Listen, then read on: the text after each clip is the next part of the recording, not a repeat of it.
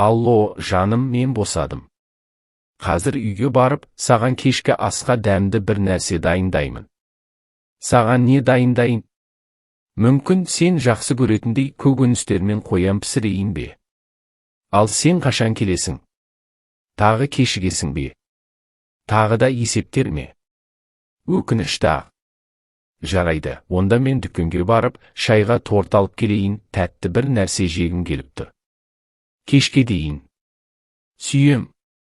Бейбітгүл ауыр күрсініп, қолындағы смартфонын қысып, ашумен және көңілі қалып, құлыптау экранына орнатқан суретке қарады. Онда ол шексіз сүйетін күйеуі Батыр бейнеленген. Бейбітгүл мен Батыр 3 жыл үйленген. Әйел күйеуін қадірлеп, онымен өткізген әр минутына қуанды, бірақ ер адамның жұмысы жүйкеге әсер ететін, ауыр болды. Ол көбінесе кеңседе кешкісін қалып қоятын. Жаңа бөлім бастығы тыныштық бермейді, есептермен, презентациямен және тағы басқалармен проблемалар туындады деп айтатын.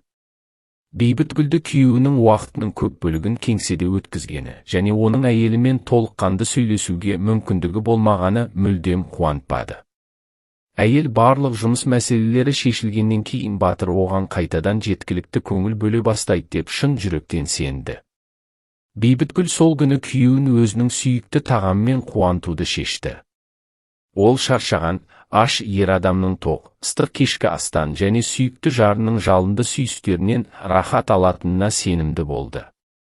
Кенеттен Бейбітгүлдің ұялы телефоны дыбыс беріп, батареясының таусылайын деп қалғанын, небәрі 10 заряда қалғанын еске салды. Әйел жұмыстан кейін анасына кешкісін барғанда өзінің зарядтағыш құрылғысын қалдырғанын есіне түсіріп, ашуланып пысқырды. Пәтерде басқа зарядтағыш құрылғысы болмады, ал Бейбітгүл көптен бері ынтымақтасып келе жатқан компанияның серіктесінен қоңырау күтіп отырды. Әйел біраз ойланғаннан кейін анасына барып, өзінің зарядтағыш құрылғысын алу керек деп шешті. Бақытына орай Маржан Мергенова көлікпен 10 минуттық жерде тұратын. Бейбітгүл оған қоңырау шалып, үйінде ме екенін білмекші болды, бірақ Маржан қызының қоңырауына жауап бермеді. Әйел анасының пәтерінің кілттері бар екенін есіне түсіріп, оның үйіне бет алды. Бейбітгүл есікті бірнеше рет қақты, жауап ретінде тыныштық орнады. Ол анасының бір жаққа кетіп қалғанын шешіп, есікті өз кілтімен ашты. Пәтердің табалдырығын аттаған Бейбітгүл таңғалып демалып, қатып қалды. Кіреберісте күйеуінің етіктері тұрды, ілгіште оның қою көк курткасы ілулі тұрды. Әйел абдырап қалды. Бірнеше секундтан кейін ол ас үйге өтті, бірақ ол жерден ешкімді таппады. Кенеттен жатын бөлмеден біреудің ыңырсыған дауыстары естілді. Бейбітгүл күтпеген жерден селк етіп есеңгіреп қалды. Тез есін жиып, не болып жатқанын білу үшін есікке абайлап жақындады. Әйел оны сәл ашып көрген көріністен сөзсіз қалды. Жатын бөлмеде Маржан мен Батыр махаббатпен айналысып жатты. Бейбітгүл қатты айқайлап, анасы мен күйеуінің назарын өзіне аударды. Әйелді сол сәтте жеңілмейтін, қорқынышты үрей биледі. Маржан шошып кеткен қызын көріп, Батырдың құшағынан қалтырап шығып, үстіне асығыс түрде халат киді. Оның жүзінде қан қалмады. Абдырап есеңгіреген Батыр әйелінің кешкі ас дайындау үшін үйге кеткеніне күмәнданбады. Құдайым-ау! Қатты айқайлады Бейбітгүл. Мен ұйықтап жатқан шығармын. Бұлай болуы мүмкін емес. Жоқ, бұл рас емес. Мен бұған сене алмаймын. Менің күйеуім және менің анам. Қызым, жаным, мен саған қазір бәрін түсіндіремін деп сасқалақтап айтты Маржан. Түсінесің бе? Бейбітгүл, сен үйіңде болуың керек еді ғой. Неге сен мұнда келдің? Мен Маржан екеуміз. Сен менен неге анама келгенімді сұрайсың ба? Деп ашулы, қатты дауыспен айқайлады әйел. Жауап бер, сен не үшін мұнда келдің? Менің анаммен махаббатпен айналысу үшін бе? Құдайым-ау, мен қазір ғана не көрдім? Менде сөз жоқ. Сендердің құпия құмарлықтарың қашаннан бері? Сен бірнеше айдан бері үйге кеш келесің. Міне, сенің есептерің қандай? Сен менің анамның төсегінде есеп бересің. Енді маған бәрі түсінікті. Сен қандай пасықсың, Батыр? Сен қандай? Мен саған қалай ғана тұрмысқа шыға алдым? Абдырап қалған ер адам төсектен қалтырап тұрып әйеліне жүгірді. Ол оған қолын тигізбекші болды, бірақ Бейбіткүл оған мұны істеуге жол бермеді. Ол күйеуінің қолын күрт тартып алып, оған жек көрінішті, отты көзқараспен қарады. Бәрі бітті. Бәрі аяқталды. Маған ешқашан қолыңды тигізбе. Деп көзіне жас алып айқайлады әйел. Маған жақындама, естисің бе? Мен сені жек көремін. Сен жай ғана құбыжықсың. Ал сен, менің қымбатты анашым, менімен неге бұлай істедің? Батырдан басқа еркек қалмады ма? Саған тіпті жауап беретін ештеңе жоқ. Сен соңғы Бейбіткүл пәтерден атып шықты. Ол шок күйде болғандықтан дұрыс ойлай алмады. Әйел көлікке отырмады.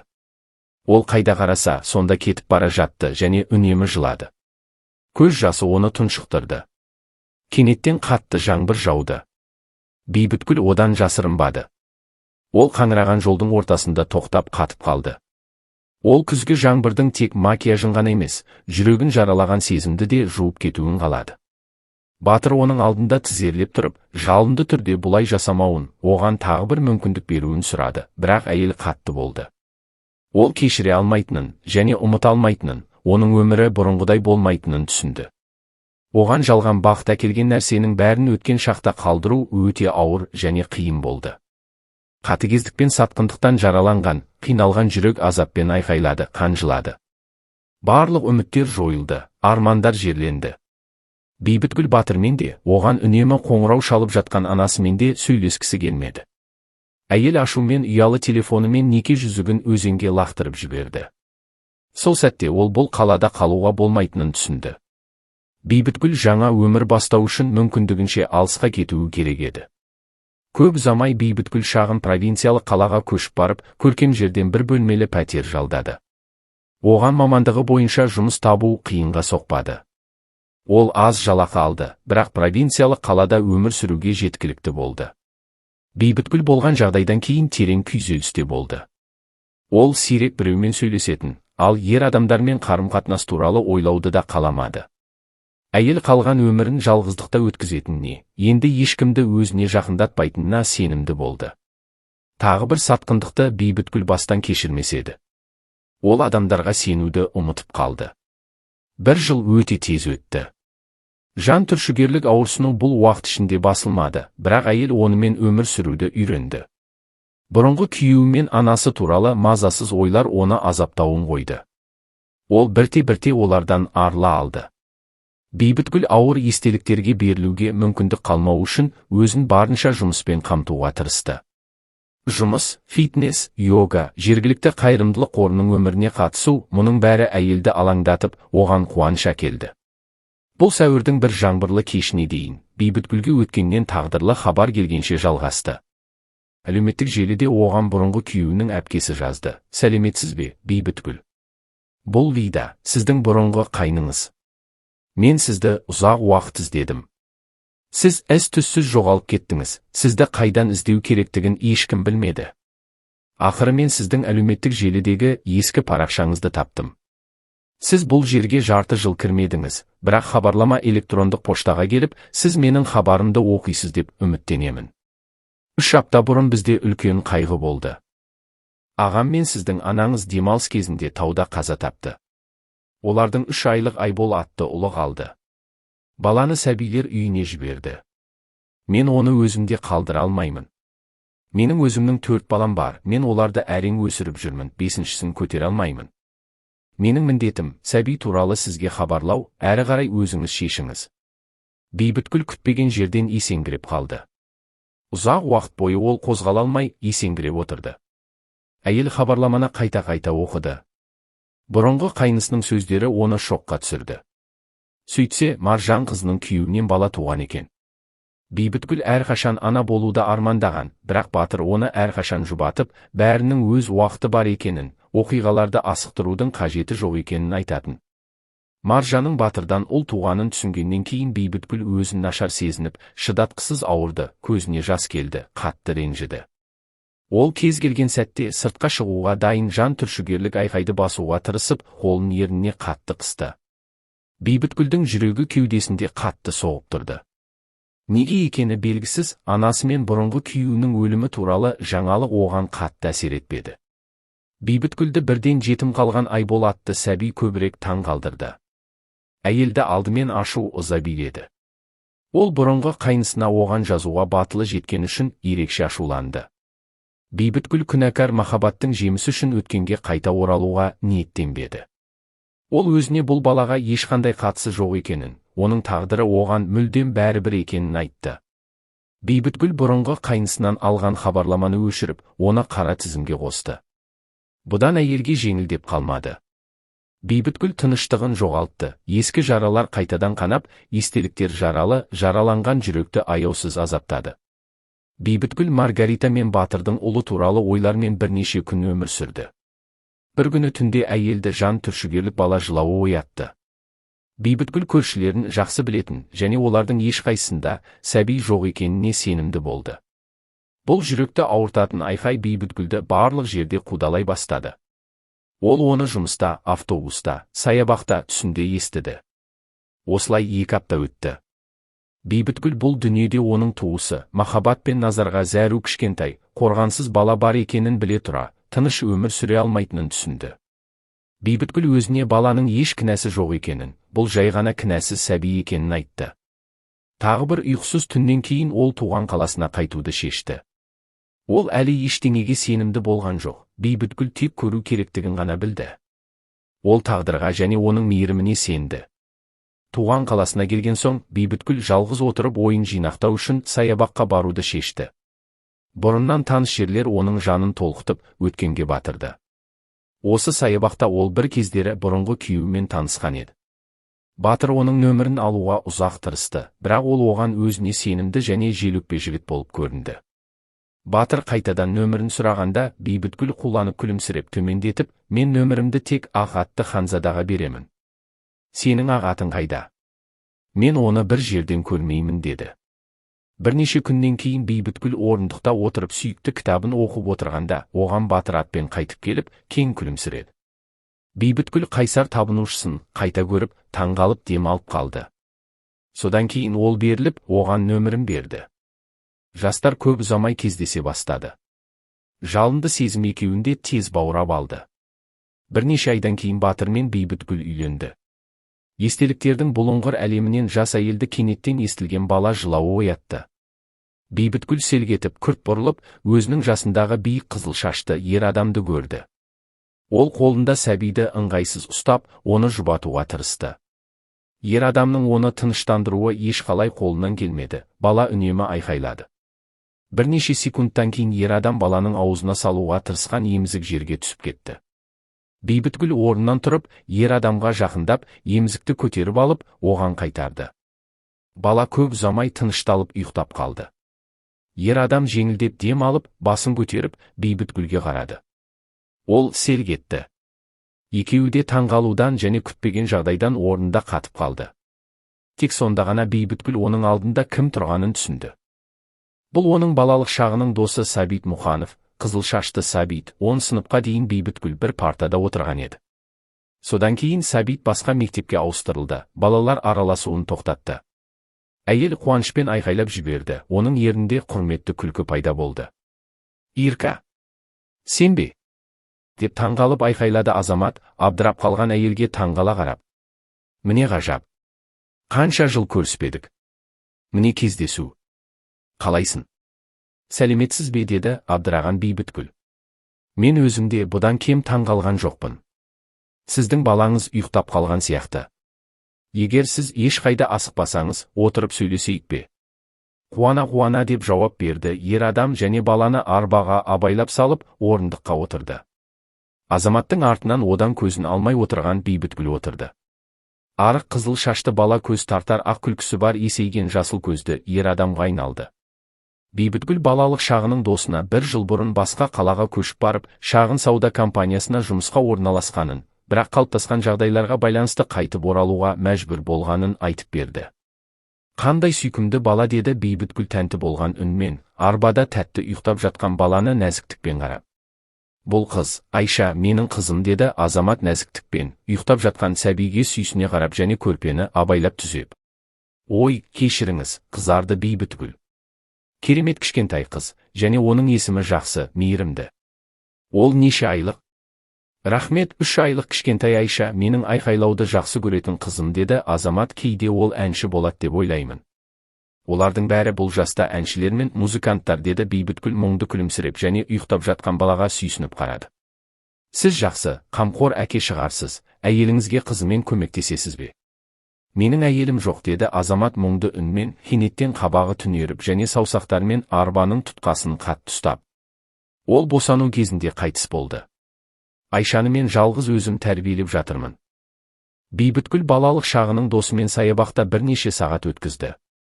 Азаматтың қызы ұйықтап жатқанда, ер адам мен әйел қызыға әңгімелесіп, мектеп жылдарын және өткеннен қызықты сәттерді еске түсірді.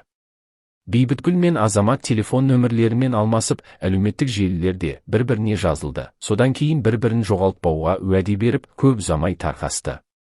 Бейбітгүл 1 айға 1 бөлмелі пәтер жалдады. Осы уақыт ішінде барлық мәселелерді шешіп, өз өткенімен айналыса алатынына сенімді болды. Таңертең әйел балалар үйіне директормен кездесуге барды. Ол оның кабинетінің есігін қорқып қақты және жауап күтіп демін ішіне тартты. Рұқсат алған соң, Бейбітгүл есікті баяу ашып ішке кірді.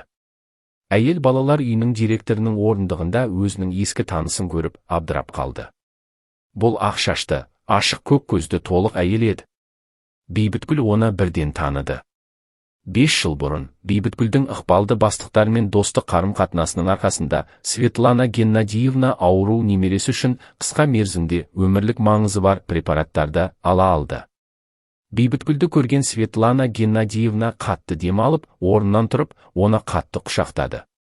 Ирочка, мен сізді өз кабинетімде көремін деп күтпедім. Столько лет не виделись. Сізді әр күні жақсы сөзбен еске аламын. Егер сіз бастығыңызды маған препараттармен көмектесуге көндіре алмасаңыз, немереммен қазір не боларын елестетуден қорқамын. Сіздің жүзіңізден қан кеткен, жаным. Не болды? Сізді бұл жерге не әкелді? Айтыңыз. Тағдыр мені сізге әкелді, Светлана Геннадиевна, мен де сізді директор орындығында көремін деп күтпедім. Мен сіздің балалар үйіңізде маған қаны бойынша туысқан сәбидің бар екенін білемін. Бұл Айбол атты ол 3 айлық. Светлана Геннадиевна, бұл менің қайтыс болған анамның баласы. Ол жақында қайтыс болды. Маған Айболды көру өте қажет, өтінемін. Маған оны көруге рұқсат етіңіз. Әрине. Деп қуаныш пен құрметке толы дауыспен айқайлады Светлана Геннадиевна, және менің қайғыңызға ортақтасыңыз. Бұл үлкен қайғы. Демек, біздің балалар үйімізге сіздің кішкентай ініңіз түсті. Қазір мен бәрін ұйымдастырамын. Светлана Геннадиевна сол жерде біреуге қоңырау шалып, кішкентай Айболды Бейбітгүл күтетін аулаға шығаруға бұйрық берді. Сәбимен бұл кездесу тағдырлы болады. Оған баланы көру қажет болды. Бейбітгүл алма ағашының астында тұрып, саусақтарының арасында кішкентай бұтақты жүйкесіз бұрады. 10 минуттан кейін оған ақ халат киген егде әйел шықты. Ол қолында көрпеге оралған баланы ұстап тұрды. Бейбітгүлдің жүрегі кеудесінде толқып тоқтап қалды. Оған қарауға бола ма? Деп қалтыраған дауыспен сұрады ол. Әрине, тіпті ұстауға да болады. Мен орындықта отырамын, сізге кедергі келтірмеймін, деп қысқа жауап берді әйел. Егде әйел есеңгіреген Бейбітгүлге сәбиі бар аппақ орамалды абайлап беріп кетіп қалды. Ира сол сәтте аяғының астындағы жерді сезбей қалды. Оның жүрегі кеудесінде қатты соғып, қаны тамырларында тоқтап қалғандай болды. Ол терең дем алып, сәбиге қарады. Бұл әкесіне ұқсас қара шашты, қоңыр көзді ұл бала еді. Әйелді шыдатқысыз ашы ауырсыну жарып өтті. Барлық естеліктер бірден оған құйылды. Ира өткен шақтағыдай күйеуін анасымен төсекте көрген сол қорқынышты күнге қайта оралғандай болды. Ол баланы ала алмайтынын, жеңе алмайтынын түсінді. Бала Бейбітгүл бір кездері өмірінен артық жақсы көрген ер адамға ерекше қатты ұқсайтын. Ира бала тәрбиелей алмаймын деп қорыққан жоқ, оны мүлдем басқа нәрсе қорқытты. Ол кінәсіз балаға ауырлық келтіремін деп, оны ата-анасының күнәлары үшін еріксіз жауап беруге мәжбүр етемін деп ойлады. Ира Айболды анасы сияқты сүйе алмаймын деп қорықты. Жауап айқын болды. Бейбітгүл баланы алмайды, бірақ оның өмірінен оңай жоғалып кете алмайды. Ира көп ұзамай сәбиді ақ халатты егде әйелге қайтарып беріп қоштасып кетіп қалды. Ол тікелей анасы жерленген зиратқа барды. Бейбітгүл Маржанның қабірінің жанында тұрып, көзіне жас алып, оған: «Мен шыдамаймын. Мені кешір, бірақ мен сенің ұлыңды ала алмаймын. Бұл күнәкар махаббаттың жемісі. Мен бұл сәбидің маған ешқандай жамандық жасамағанын білемін, бірақ ол маған әрі қарай жылжуға мүмкіндік бермейді. Мен өткенде қалдырып, әрі қарай өмір сүруім керек. Мен Айболдың жақсы адамдарға түскеніне көз жеткізбейінше, оның өмірінен жоғалмаймын деп уәде беремін. Мен оған отбасын табамын, уәде беремін. Мен оны балалар үйінде қалдырмаймын. Сенің және Батырдың пәтерлері тек оған қалады, мен ештеңеге таласпаймын» деді.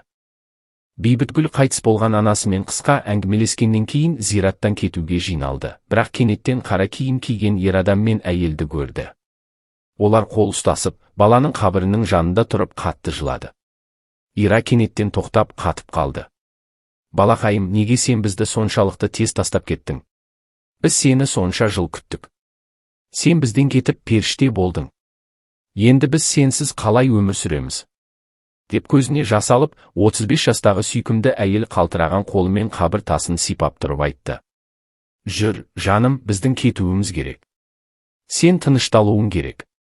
Сенің көз жасың кінәсіз баланың жанын азаптайды. Біз мұны істеу біз үшін, қаншалықты ауыр болса да, ұлымызды жіберуіміз керек. Түсін, жаным, біздің ұлымызға тыныштық керек. Біз онымен тыныш сөйлесе алатын кезде қайтып ораламыз, періштелік». Бақытсыз ата-ананың көзіндегі айтып жеткізгісіз қайғымен, азада ол соншалықты қайғы мен үмітсіздікті көрді, оның жүрегі кеудесінде қатты қысылды. Елеусіз көз жасын тоқтата отырып, ол өмірдің өте әділетсіз және қатыгез екенін ойлады. Біреу жоғалтады, біреу табады, біреу кетеді, біреу келеді. Бәрі уақытша. Бұл ойлар Бейбітгүлге үмітсіз сағыныш пен мұң әкелді. Бейбітгүл туып өскен шағын провинциялық қалада бәрі бір-бірін жақсы білетін. Ира ескі таныстарынан бір ай бұрын зираттан көрген ерлі зайыптылардың көптен күткен тұңғыштарын жерлегенін білді.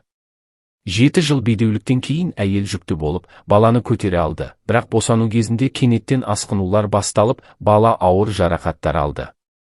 Ол туылғаннан кейін бірнеше сағаттан кейін қайтыс болды. Қайғы екі жұбайды да күйретті. Олар күн сайын зиратқа, өздері тәрбиелеуге жазбаған ұлдарының қабіріне келетін. Ескі танысы көзіне жас алып, Ираға Мария мен Игордың орташа дәулетті, тәртіпті адамдар екенін айтты. Ирина жас отбасына көз салуды шешті. Ол қайғыдан өлген ата-анасы мен тағдырдың өзін кездестіргеніне күмәнданбады. Түстен кейін әйел саябаққа барып, Николайға өзіне қосылуға шақырып хабарлама жазды. Ол қуана келісті және көп ұзамай балалық шақ достары қайта кездесті. Бұл жолы Николай жалғыз болды. Ол қызын анасымен қалдырғанын айтты. Ер адам мен әйел үлкен көлді айналып, жабайы үйректерге сүйсіне қарап біраз уақыт асықпай жүрді. Содан кейін олар көгершіндерді тамақтандыра бастады. Николай балалық шағының досынан көзін алмай, Ирина үнемі оның байыпты, зерттеуші көзқарасын сезді. Жас әйелдің көңілсіз түрі болды. Оның сөнген, мұңды көздері қатты айқайлап, көмекке шақырғандай болды. Николай Ираның қолын қорқып ұстап, оның көзіне алаңдап қарап: «Ира, саған не болды? Сенің жүзіңнен қан кеткен. Сен арқаңа тас қапшықты арқалап жүргендейсің» деп сұрады. Белгілі бір мағынада солай деп жауап берді Бейбітгүл, күрсініп. Сатқындық туралы естеліктер және Айболдың тағдырымен шешілмеген мәселе оның жанында ауыр жүк болып жатты және тыныш демалуға кедергі келтірді. Ол көзінен жас аққанын байқамады. Ира қатты шаршағанын, тым ұзақ уақыт бойы күшті болуға тырысқанын түсінді. Ол кенеттен қатты жылап, азаматтың құшағына құлады. Ол оның ауырсынуының бар күшін сезіп, жылап жатқан әйелді өзіне қатты қысты. Николай Бейбітгүлге құлағына сыбырлады: «Не болды, Бейбітгүл? Маған айт, мен сені тыңдаймын. Қолымнан келгенше көмектесемін. Өзіңді азаптама, бәрін ішіңге сақтама, менімен бөліс. Бала кезімізде біз бәрін бір-бірімізге айтып, бір-бірімізді қолдайтын едік қой, есіңде ме?» Ира досынан баяу алыстап, ұзақ ыңқылдап, оған өз қайғылы оқиғасын айтып берді. Николай оны мұқият тыңдады. Ира өзінің ұзақ, ауыр әңгімесін аяқтағанда, ер адам оның жүзіне нәзік тиіп, толқыған дауыспен: «Менің сүйікті қызым, сен қатты азап шектің, Бейбітгүл. Жүрегіңе қос соққы алдың. Бірақ есте сақта, Ира, сынақтар бізді күшті етеді, және бізге алда күтіп тұрған бақытқа жол ашады. Мұңға батуға және үмітсіздікке түсуге болмайды, алға жылжу керек. Мұны істеу үшін өткенді жіберу қажет. Мен қазір саған қаншалықты қиын екенін білемін, мен сенің ауырсынуыңды сеземін, ол мені қатты толқытады, бірақ оған тойтарыс беру керек. Естисің бе? Сен күштісің. Сен әрқашан күшті болдың.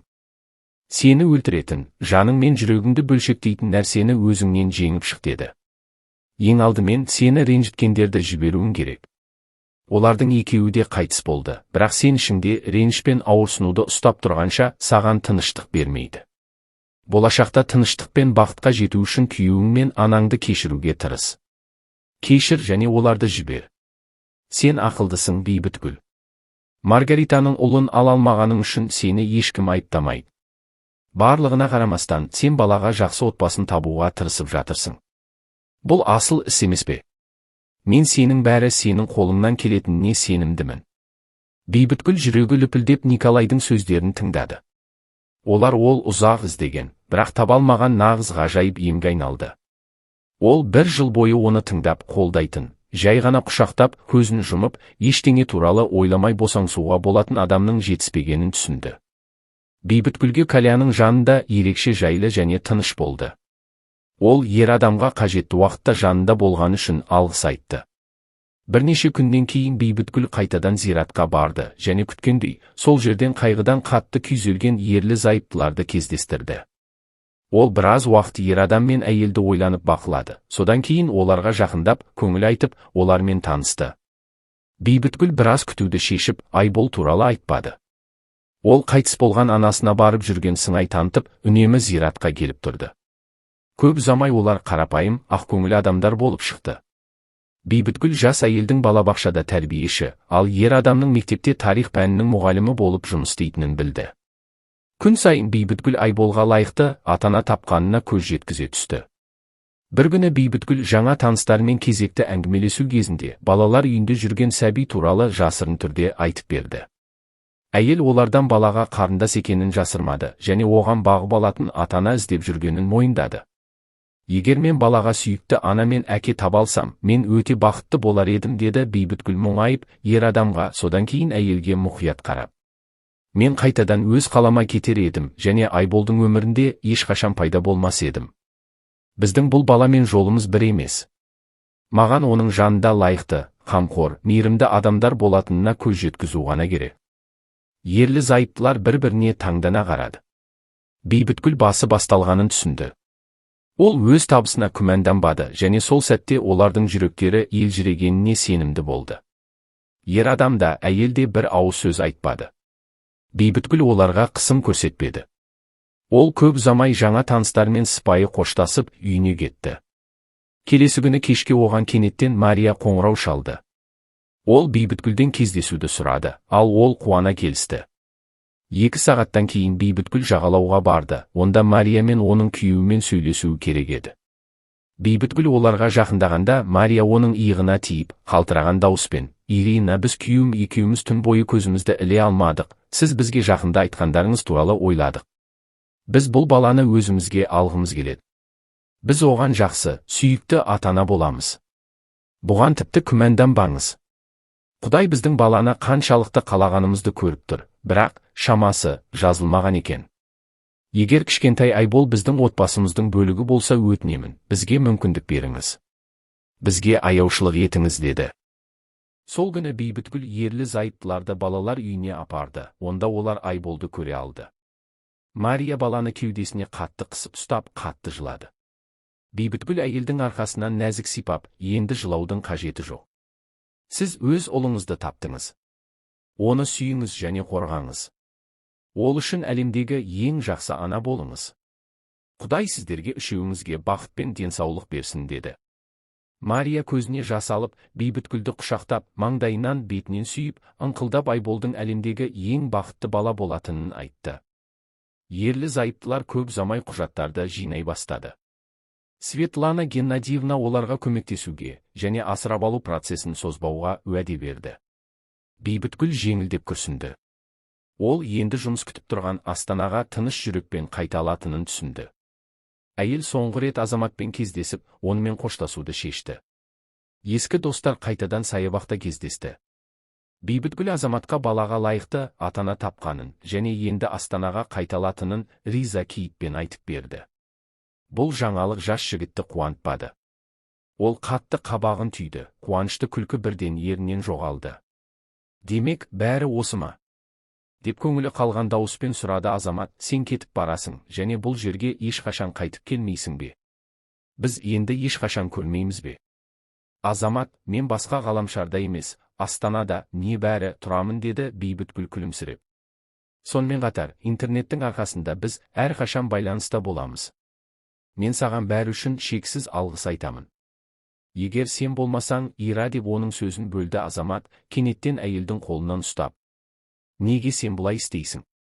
Маған мүлдем бұл қажет емес. Ешқандай интернет сенімен тірідей қарым-қатынаста алмастыра алмайды. Мен сені сүйемін, Ирка, мен саған бала кезімнен ғашықпын. Бейбітгүл абдырап қалды. Мен мұны қалай байқамадым? Бірінші сыныптан бастап мен сенімен бірге болғым келді, бірақ сен маған ешқашан назар аудармадың. Сен үшін мен жай ғана дос, жақын, бірақ әлі де дос болдым. Маған бұл өте аз болды. Тағдыр бізді айырған кезде мен сені ұмытуға тырыстым, бірақ бекер.